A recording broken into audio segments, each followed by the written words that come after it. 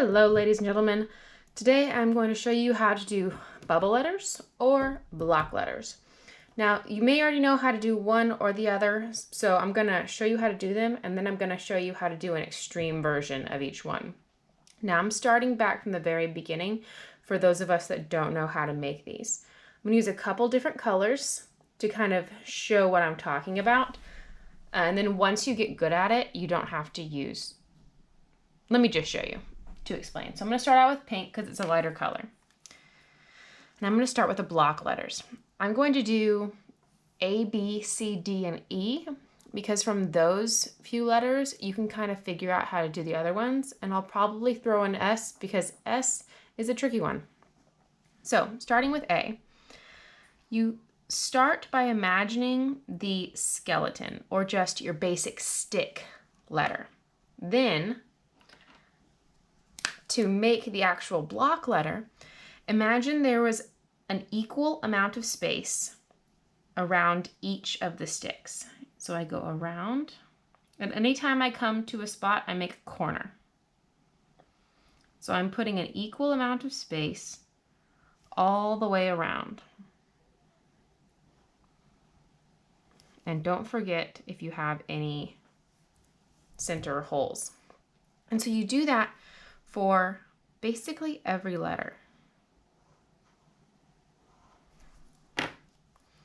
Keeping an equal amount of space around on each side. And as you get better and better at this, you don't have to draw the stick letter or skeleton letter, whichever way you want to call it. And as you get better at it, you can just imagine that stick letter. You don't have to draw it. Just like that. So from B, you can imagine what R would look like by combining like the sticking out of the A and then adding that onto the curve of the B. So I'm going to show you C.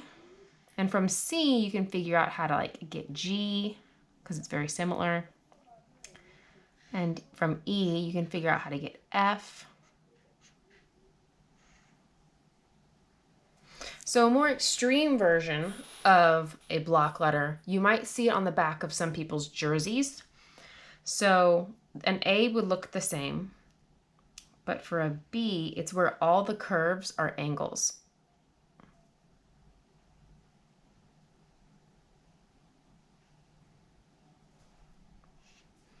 So there are no curves at all. That's an extreme version. And then for C, that'd be even more tricky because there's a lot of curves on a C. So this is like an extra blocky.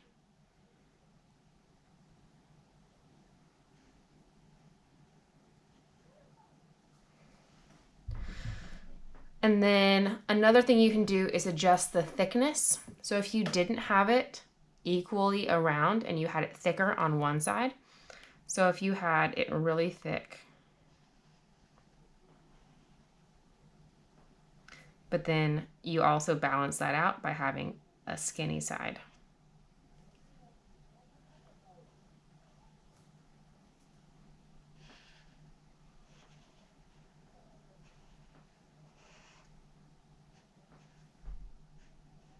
Just like that.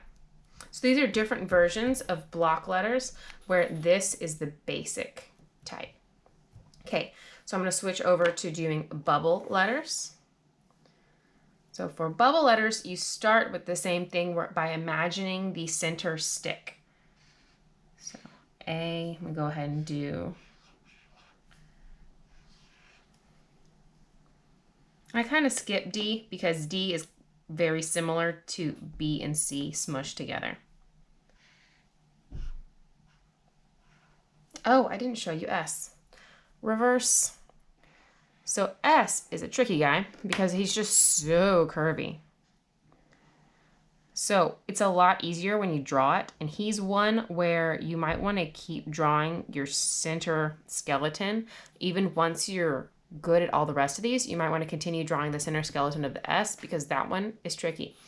So if you want to draw it without the center skeleton, here's what you do. So I start here every time. and I go around, and then you draw a really skinny hook. Then you do the exact same thing, but kind of upside down. So you go out, big around, and a really skinny hook. And that gets you a block S. Okay, so back over here. So for here, it's the same thing, except instead of having pointed corners, everything is rounded. There are no corners at all, and you have a circle. But you're still, well, but then I guess I just broke my own rule. There's a corner on the inside of that B.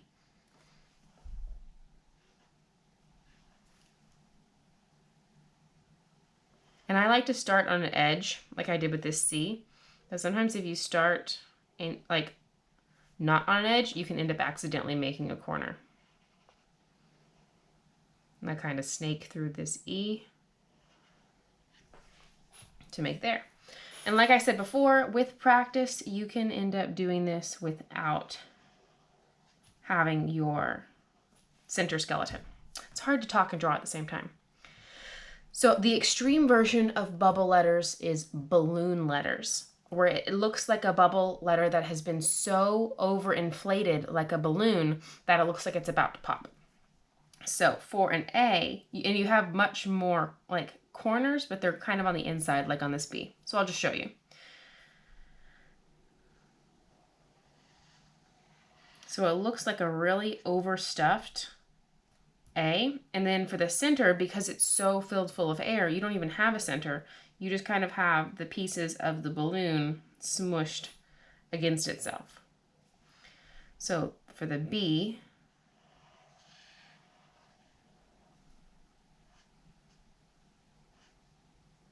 and I kind of do like a curvy letter Y or a curvy X. And for a C,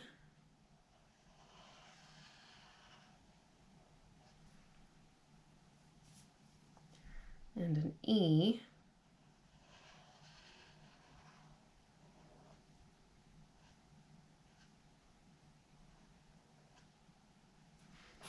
like that. And so that's the more extreme version. For bubble letters, I like to put these little highlights on the edge to make it look like it's the shiny part of a bubble.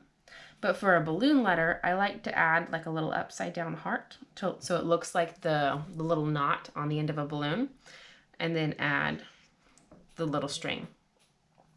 So with each letter that you do, you'll come across different challenges and different creative solutions.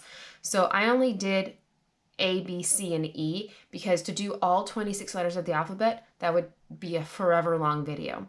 So I'm attaching to this assignment examples that you can look at for block letters, bubble letters, and even balloon letters. And so I want you to take a word, any word, it can be your name even, or it can be the word marker or the word hand sanitizer, anything.